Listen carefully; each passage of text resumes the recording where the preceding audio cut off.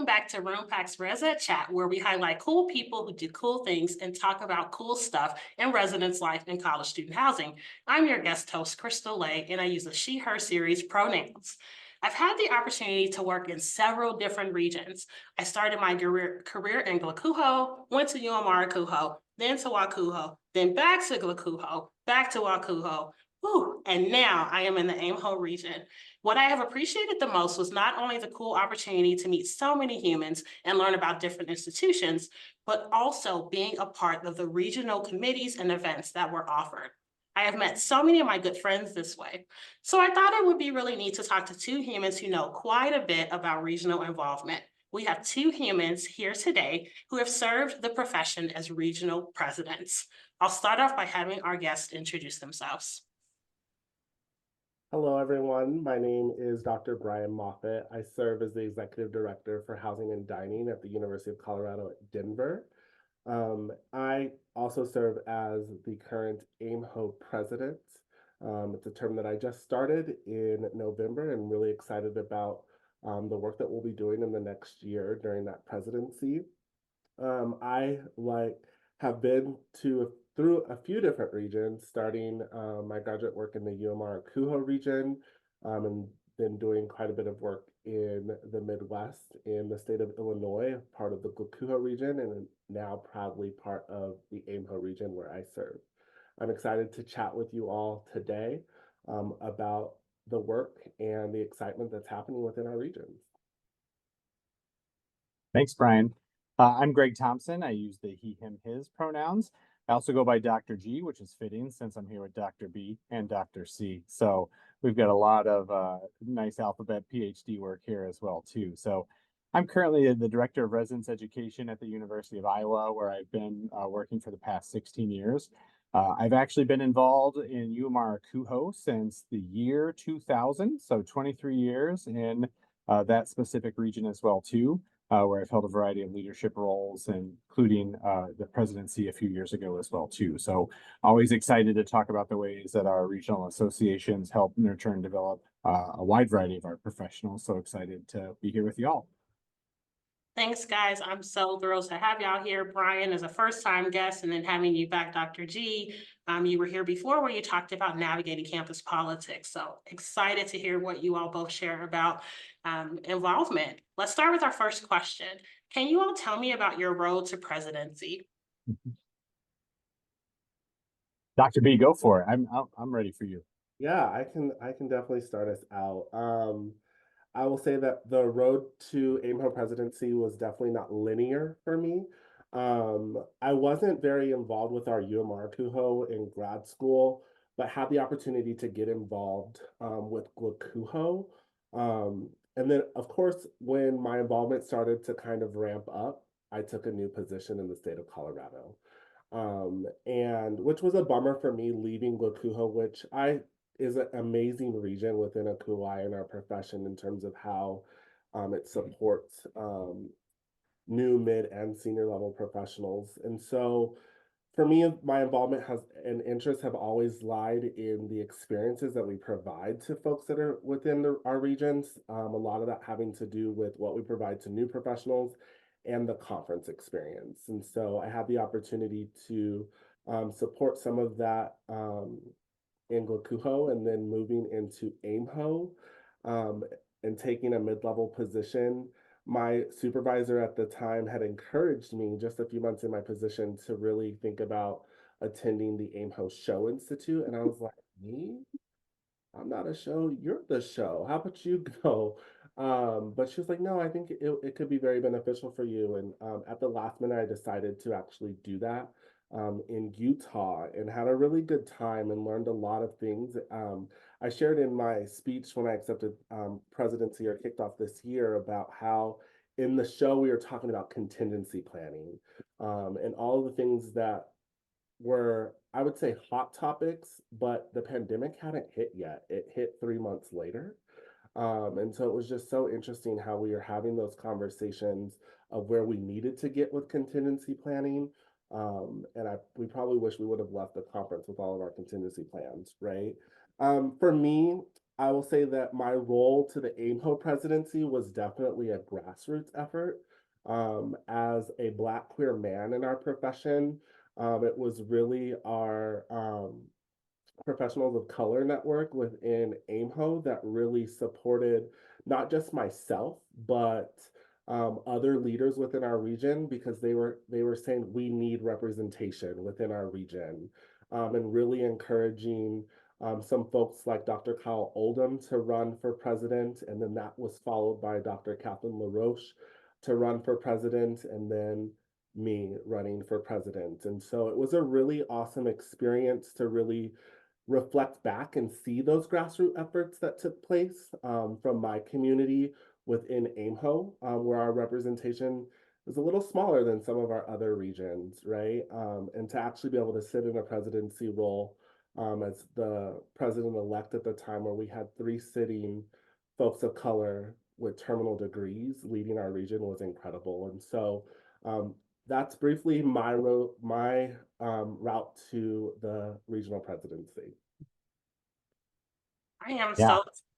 so, I'm so sorry, Greg. I just want to No. shout that out because that's huge. And I'm so proud of you. And support is so important. And we're rooting for you. And we know you're going to do a fantastic job in AIMHO. So congratulations. Absolutely. Yeah, and mine was a pretty traditional, I think, trajectory, I think, for a lot of professionals. So my first UMR-ACUHO conference was in the year 2000 when I was a graduate student at the University of Missouri, Columbia.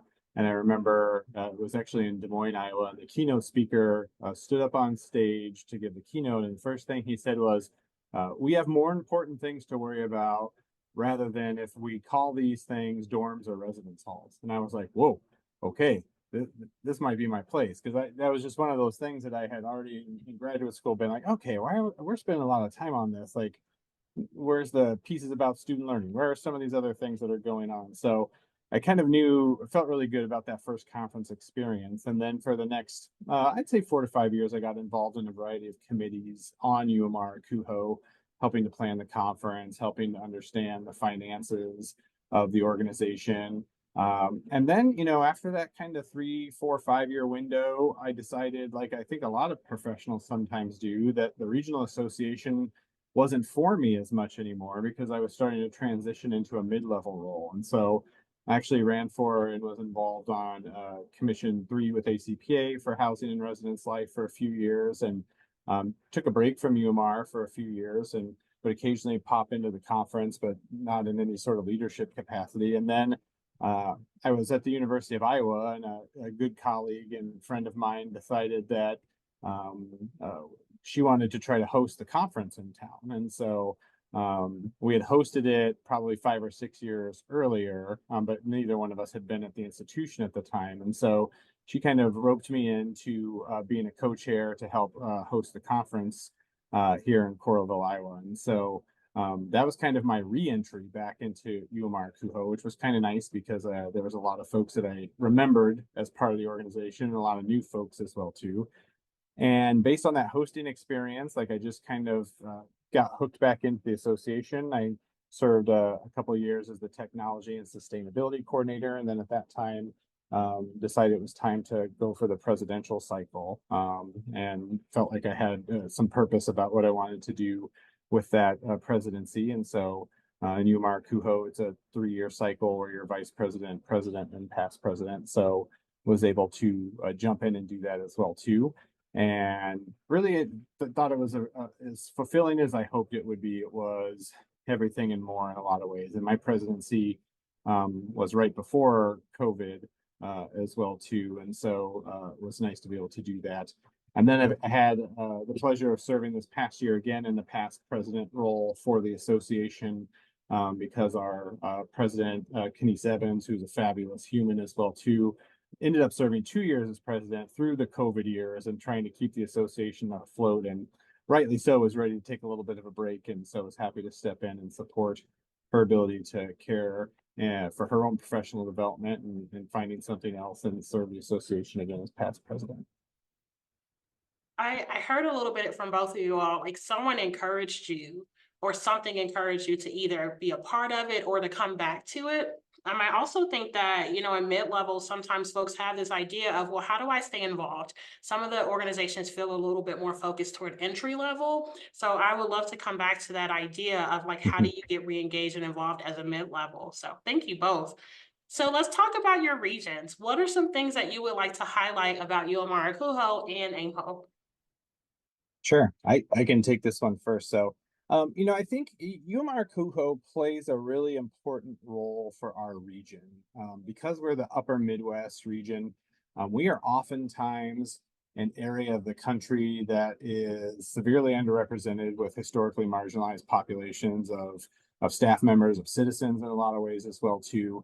And what I kind of began to realize during the time of my leadership is that UMR-ACUHO has oftentimes served as a place when professionals of color, professionals from differing identities, whether they're queer identities, women in the field as well too. It's a place for them to come together and find other folks that are having similar experiences. And I think that's true of a lot of the professional associations, but I think particularly in UMR-ACUHO, if you are someone that holds a historically marginalized identity and you're working, in South Dakota or rural Minnesota, you may not get the chance to connect with a lot of professionals that have similar backgrounds or experiences as you. UMR became that place or continues to be a place where folks can come together. And I think that's true for a lot of our regional associations in parts of the country where representation is a little bit not as reflective of society as well too. So I really love that is a piece of the conference that comes together. So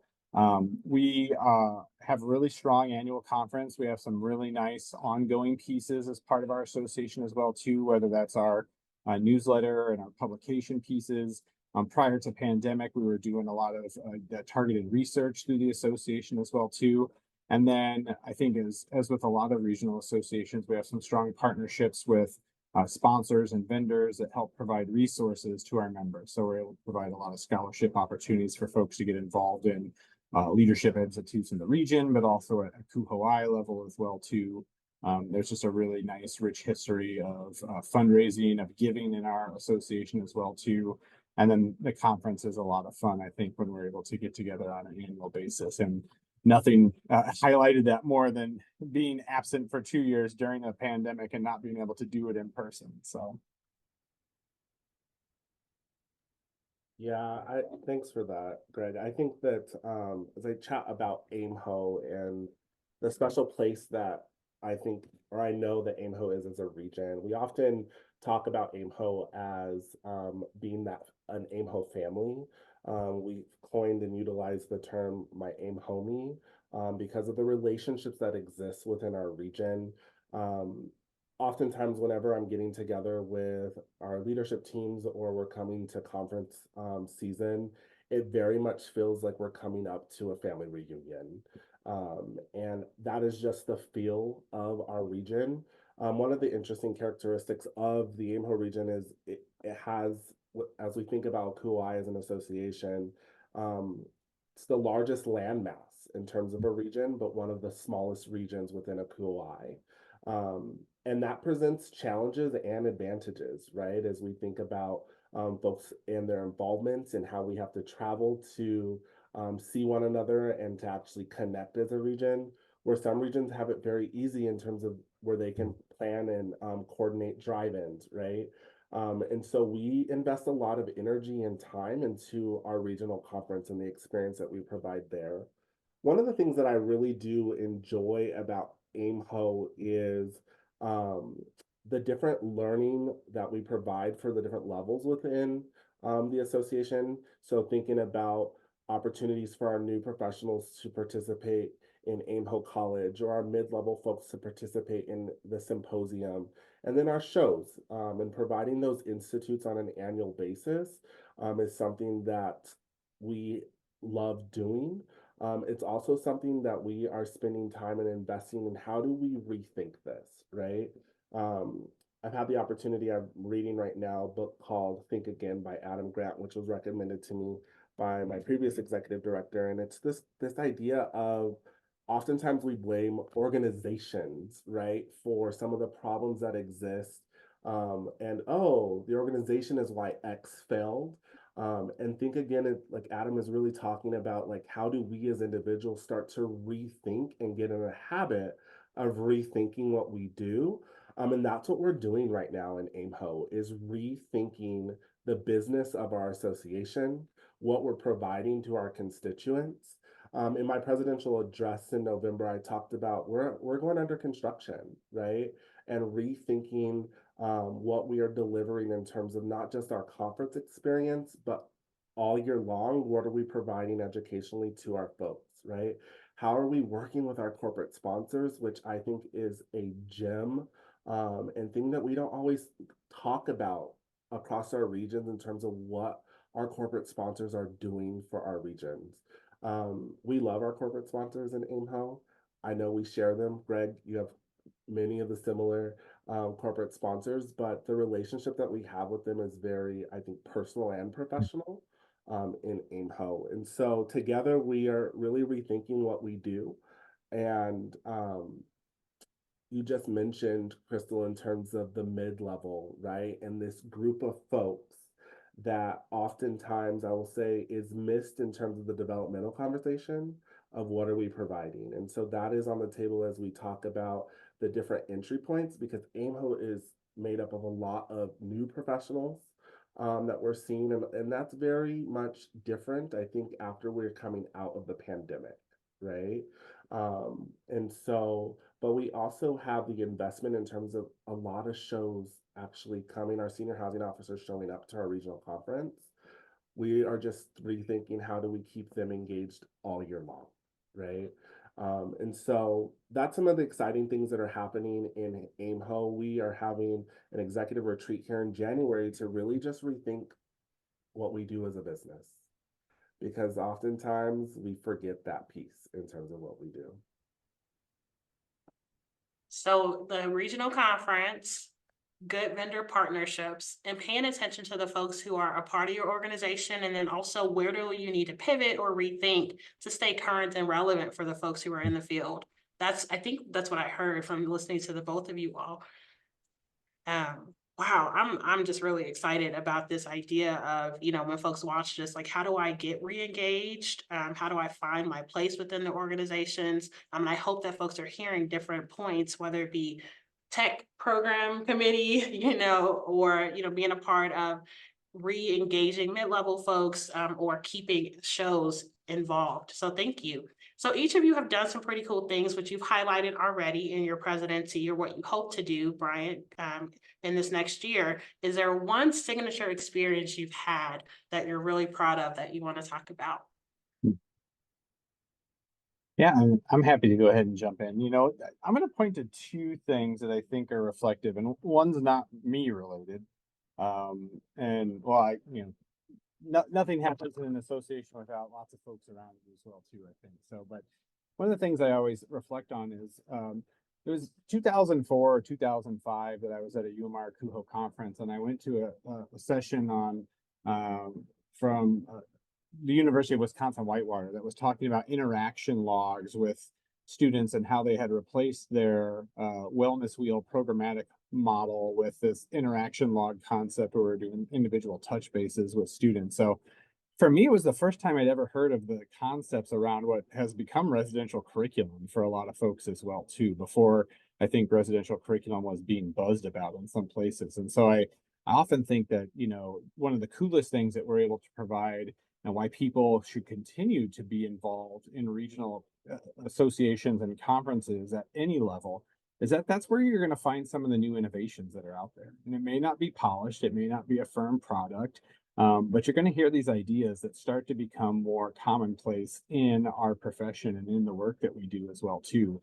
And it's kind of cool to be in there and to see some of that manifest and to do that. But so I love that creativity, that innovation that you can find in entry level and mid level and senior level folks talking about what's going on their campus. So one of the things that I did during my presidency that was especially meaningful is we were coming up on our 50th anniversary as an association, our 50th conference that we were having. And so part of what I dedicated my presidency toward was to try to continue to find more opportunities for folks of color to get involved and have more opportunities to get engaged with both the region and ACUHO, and also how we engage our mid-level folks in particular to get involved. And so I connected with one of my colleagues in the field who had previously been working with our corporate sponsors and said, hey, what if we decided to raise $50,000 for the 50th anniversary, and we would set aside all that money for scholarships for professional development and target them toward the folks that we want to get involved. So professionals of color, so mid-level folks, and how they can get involved. And he's a good colleague. And of course he said, yeah, I'm in. It's okay. How are we going to do it? And he goes, I don't know, but we're going to do it. And we're not going to fail. And I was like, great. That's what I like to hear. And so we spent the better part of a year and a half kind of conceptualizing the fundraising campaign to be able to bring in that money. And it doesn't sound like an overwhelming sum, but for a regional association, it can be a chunky amount to get that. And like any good fundraising campaign, I think we were very lucky to have some, we had a major gift. We had some corporate sponsors that really dug in and helped to recognize. But as Brian had said, those are built partnerships over so many years that they know that they're getting good value for that. And then our membership just leaned in and helped us get there as well too. And so that was part of my presidency and into my past presidency here that I think was just a cool experience to have. And again, to be able to leave some pieces in place that will continue to help the association serve the folks that maybe have been historically underserved in our association as well. That is awesome. $50,000. That's huge. That's pretty cool. Yeah. I love that. The thing I would share in terms of, there's a couple things, Crystal, and like just one. This last year as a board, we had the opportunity to really just reconsider our conference experience, primarily thinking about the locations in terms of where we're hosting our conferences, with recent conferences being held in locations where folks that look like me didn't feel like they were safe in those environments, or were even interested in attending conferences in certain locations.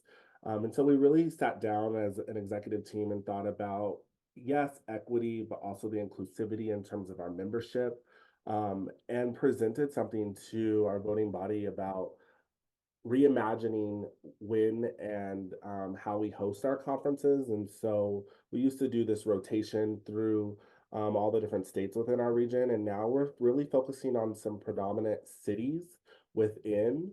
And so we have 3 slated right now with the possibility of adding a 4th. And we're rotating through those major cities where we know that our constituents should or can feel safe, and also thought about cost in terms of being able to get into those locations and be able to host conferences. And so a conversation where we thought yes, mainly about our membership, but all the different components that went into making this decision, right? Working with our partners in Helms-Briscoe of understanding when we rotate through a few cities, we have opportunity to build lasting relationships with some of the conference sites, where then we're able to save money, right? And Greg, you know this, the increasing cost of hosting a conference is going up and up. And so it's an opportunity for us to really think, how can we save dollars on our member institutions as they send folks to our conference? And so that's something that I'm proud of, that we were able to clear and actually have moved into a rotation of doing that. But also I would say, Crystal, mentorship is really important for me, and I have really valued and enjoyed the relationships that I have been able to create in AIMHO.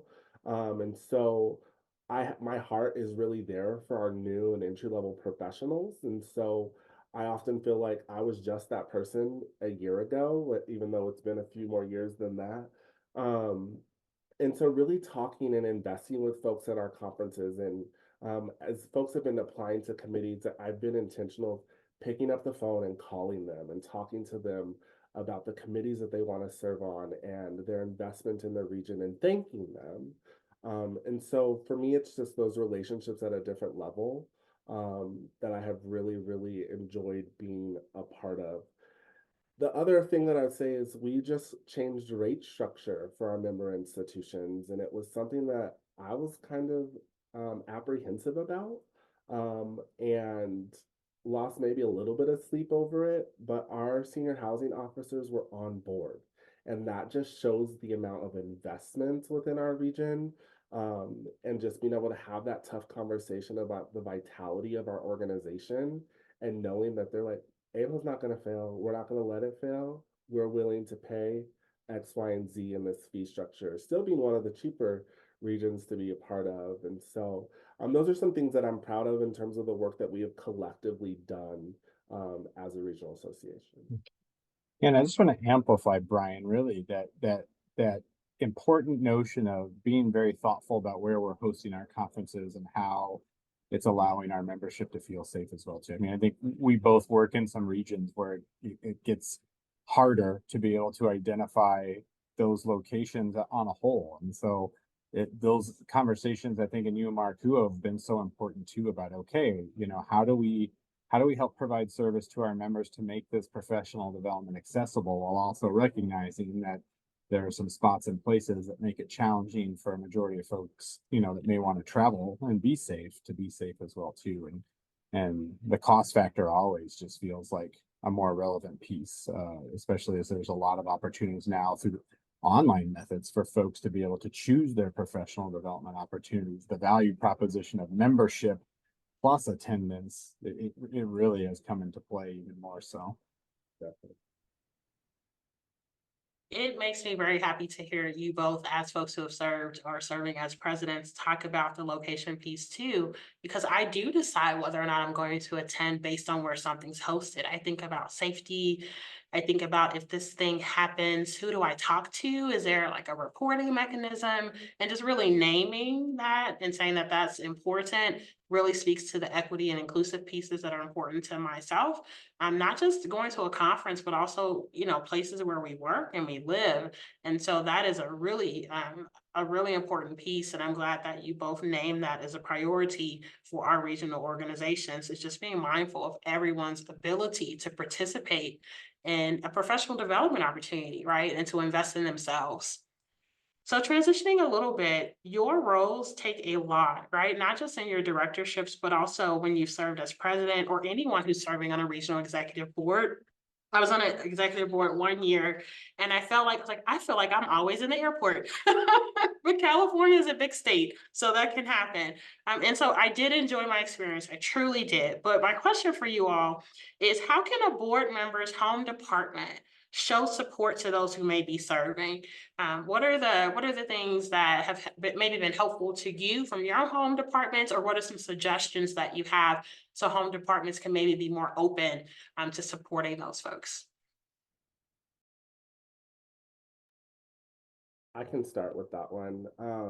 I think this is an excellent question, and it is so crucial as we think about who's supporting folks who want to get involved in the region. So I think our home institutions can really just start to think about how do they support it in the way of what does that support look like? Is it someone wanting to serve on a committee, someone wanting to take on a role as part of the regional leadership, and just really have the conversation, the professional development conversation with that individual of what are they trying to get out of it. One thing that I think is really important also as whoever's making the decision, whether it's a supervisor, senior housing officer on the campus about the individual's involvement, is being really willing to take the step back of understanding that me getting involved within the region might mean more for Brian than it means for that institution. And so I think that that is crucial to understand, that your home institution is not always everything for everyone. And sometimes going to and being involved within the association is what feeds specific areas of my development and my career advancement, which thus allows me to show up how I need to show up when I'm at work, right? Greg mentioned earlier about getting involved regionally and then going nationally. It was the exact opposite for me in terms of identity, being Black in this field of it was the national involvement and then being willing to venture in to the regional involvement. Because nationally, I saw people that looked like me, right? And so much like the conversations that I had to have with supervisors at institutions when I was involved nationally, is the same conversation I would have now in terms of I need to be in places where I see people that look like me in this field, right? And so I would challenge our departments to think about that. How are you feeding that development and that opportunity? Oftentimes, I think the conversation comes down to finances. And there are ways to get involved within our regions that don't require a lot of finances, especially now that we have discovered Zoom, Teams, etc. There are so many different ways to still and to get involved. And so I also think that, as I mentioned early, Crystal, like the piece about the shows and our senior housing officers, we need to see more involvement throughout the year from folks at those levels because mentorship is so real in this profession. And folks need that mentorship, especially our entry and mid-level professionals as we continue to navigate. Like, how do we provide and do that reach back? And so that's what I would encourage in terms of our home institutions, in terms of their involvement. Yeah, you know, when you first asked that question, Crystal, the phrase that popped into my head was "show me the money," because I think that's oftentimes has been one of the bigger stumbling blocks for folks to get involved. Now in UMR, if you want to join a committee, it means coming to the annual conference, but it also means coming to summer meetings and winter meetings as well too. And right now, those all exist as in-person meetings for us. Now, those are opportunities for us to negotiate that, but it does take some resource support for folks to do that. And I think it's just critical for and I understand departments are in a lot of different spaces around professional development. We've got a state in our region where basically the state has told professionals that they can't have any professional development money. And so there are obstacles that we have to navigate around that, but it's still the biggest support I think that institutions can give. And I think it's super important for two reasons. One, as Brian said, for people that are going to find other folks that look like them, that have had similar experiences that they need to connect with, that they're not able to on their home campuses. Our regional associations, other professional development opportunities are part of their wellness. It's part of their well-being. It's a chance for not only their professional development, but for their personal well-being as well too. And so I think it's important that we try to find that. Secondly, you know, from my perspective as an employer and as someone in a department, it's one of my best recruiting opportunities to get out there to those regional associations. It is a hard sell to convince people from California or the South to want to come to the University of Iowa to work. And so right away, if I can get to UMR-ACUHO, I know there's some folks that are at least amenable to working in the Midwest, but still they may not know about Iowa. And there's a lot of stuff out there about Iowa. It's a chance for me to put staff in those committees at the conferences presenting to talk about what we believe, what our values are, how we show up, to make those connections as well too. And so when I think I hear institutions that say, well, it's not a good monetary investment, how can it not be if you have a chance to send your good staff out to talk about the good things that you're doing, to make those connections, to network, which we know is still just one of the key ways that we bring folks into our institutions, into our work, into the field, to convince folks to do this. You can't not invest in some of these opportunities to get out there, and especially in regions where it may be tricky to convince people to want to uproot and move. If there's people that are already living in the region, when they're looking for that next opportunity, you want to be there, and you want to have folks that are able to say, oh yeah, I met the folks from this institution at my regional conference and I heard about this cool program that they're doing, or I spent time talking with them over a meal at the banquet, and so I really, you know, I could see myself being part of that team or being part of that. Or even just saying, you know, I was thinking about leaving the field, but I met these professionals that, you know, help me understand that there's more to than just the experience I'm having or seeing, or there's opportunities that I didn't even know about as well too. It's the way we invest in each other and our field to continue to grow and to be strong. And that's even more important, I think, post-pandemic. I love that, Greg. I want to simply put, just talk about your experience, right?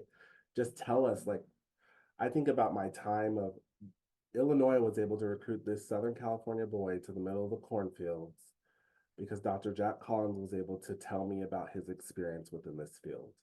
We were lucky that we got also a past ACUHO president when Alma Celine came in, and they continuously talk about what ACUHO has done for them, Yeah. right? And I think there's so many institutions where you find folks like Jack and Alma that have a history of involvement, and for some of them that started all the way back with, McCurr and Nucker type pieces that roll into as well too. And so, when you're in an institution where that is valued, and I think the best thing that we can do, hopefully what Brian and I and Crystal as well are doing is perpetuating those doorways that they've opened for all of us. I think that's part of how I view regional association work is there's opportunities to open doors for other folks to get these experiences because it's nurtured a lot of different professionals. Yeah, and I think it also starts to eliminate this conversation that we often have in our field about the quote unquote good old boys club, right? I'll never forget that I never went to really the vendor fairs when I was going to conferences. I was like, I don't have the power to make these decisions, but I'll never forget when Alma Celine took me into a vendor fair and taught me how to engage with our corporate sponsors, right? Now I love going into those spaces. And so that's the piece with how folks are socialized in our field and how we engage them within their region. And so, yes, I could go on for days of just how we invest in folks as they get involved within the association. Well, I will share before I hopped on, I did move one of my vendor bags out of the view of the camera. I do. I love our vendors and they're so good to us and always willing to teach us and learn and help us learn and really engage with what they can offer our students and our campus. And so thanks for sharing that. And then it sounds like I owe Brian a phone call to get more involved in AIMHO. And then Greg, I will happily recruit for your campus because I've been there. Beautiful facilities and some of the best waffles in the dining hall I've ever had. I'm just saying. So, all right, Charles. So the last question I have for you all, or my second to last question, what advice do you have for folks who want to learn more about regional involvement or how leadership works? Like, where can they learn more about how to get involved? Well, I think, from our position, and I'm sure Brian would agree, is executives on these regional associations are anxiously awaiting a chance to talk with folks about getting involved. So I'm not sure if it's been the same for AIMHO, but I mean, folks that want to get involved, those numbers have gone down since the pandemic, right? Like, and for a variety of reasons. And again, I think if you're interested or you're curious, or even if you say like, well, I went to a conference or I see what's happening and I just don't know that there's something there for me, ask the question because there's opportunity. These are volunteer-led organizations. There's not a lot of ideas that we're going to say no, we would hate to pursue that, and hey, there's no way for you to get involved. Join a committee is always the easy way, but if that's not your thing or you don't have the resources, let's talk about how you can get engaged and involved. There are infinite ways that we can contribute to the professional development, and there's a lot of folks that are just anxiously awaiting for folks to ask the question or get the shoulder tap that they need to point them in the right direction. Yeah, I would definitely agree with that. You can email me at president@aimho.org, and I will gladly set up a coffee chat virtually and talk with folks about how to get engaged. I like this question, Crystal, because one of the things that I often talk about with folks who want to get involved with the association is I'm not just here for folks in AIMHO, right? This is our profession. And so if someone wants to chat about how they get involved generally across a different region, I'm willing to engage in that way. I also have the conversation and continue and to challenge our board to think about what if there's someone within the field that is on the East Coast but knows that they want to move eventually back to the AIMHO region? Can they get involved with AIMHO? My answer solidly as president is yes, we have a place for you, right? I'll also encourage you to figure out are there ways also to get involved within your host region, but we can find a place for you in AIMHO because I think that that's where we start to make our profession even smaller and closer in terms of proximity. And I think that there's so much opportunity to get involved, and it's not this square box in terms of um, you can do X, Y, or Z committee. No, if you want to do 1, 2, or 3 and you want to come up with it, let's chat because we can create something, right? And then the other part that I'll add is I think that there is definitely a challenge when folks move from one region to another of that kind of just out maybe the slump of like, how do I now get reconnected or involved in this new region? I got a new job, maybe new house, new school district for my family, etc. Like, I don't have time for the region. And that's okay. We'll wait for you. We're waiting for Dr. Crystal, right? We will wait. But I think it's the opportunity to just engage and say, hey, not yet, but eventually. But one thing I've loved about some of our shows in our region is they've said, like, I can't do X, but let me know if you need Z, I'm there, right? And so I think that even just the outreach of letting folks know, hey, I'm here in in the region. I'm not going to formally get involved, but you have my involvement if you need me, whether that's for advice, whether that's to connect in terms of financially for some things. I think that there's just a multitude of ways of getting involved. And so my advice would be just do it. Reach out to someone within the profession, whether it's current sitting folks or folks that have served previously, and figure out ways that you can enter in. Oh, I just got called out. I'm gonna be there. I'm gonna be there, Dr. B. I'm gonna be there. So we are coming to the end of our time. If folks wanted to learn more about this topic or even your website, right? Like, where should they start? And are there resources you would recommend? I know, Dr. B, you said a name of a book earlier, but are there some other things that we can add to our show notes where people can learn more about being involved or, again, becoming a regional president? I think, again, asking around the folks that you know in a professional sense and what their awareness is or how they have been involved or what their experiences have been. I mean, our associations have websites. UMR-ACUHO has a website. If you decide to join as a member, it can be a low cost just to do it individually. A lot of our institutions in the region are already members, and so you may just need to get your name added.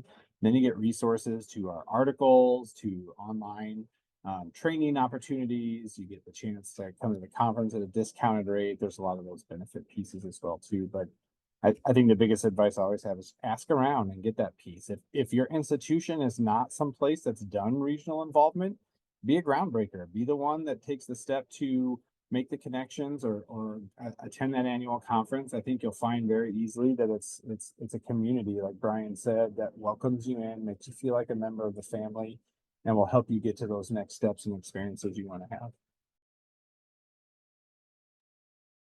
Yeah, I can share a list. Obviously, our AIMHO website is a place where folks can start if you want to get involved with AIMHO. But the other thing that I would share is just don't wait to have to do a gap analysis on yourself of understanding what are you looking for the next step. That can take years. We all know we get behind on doing those. I say just start, right? And let's see what happens from you just getting involved, and maybe it will feed you in ways that you probably would have never have included in that gap analysis. And so for me, I think it's just is making that first move in terms of trying to seek out involvement within the association.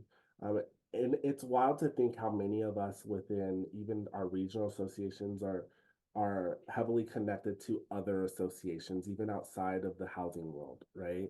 And so I think that there's just so much opportunity for folks to think about it, especially in a time where I think a lot of folks in our field are questioning what's next for me. Is student affairs it, right? Is the profession of housing the area that I want to be in? Yes, I think that there's opportunity for us to interrogate and think about that differently.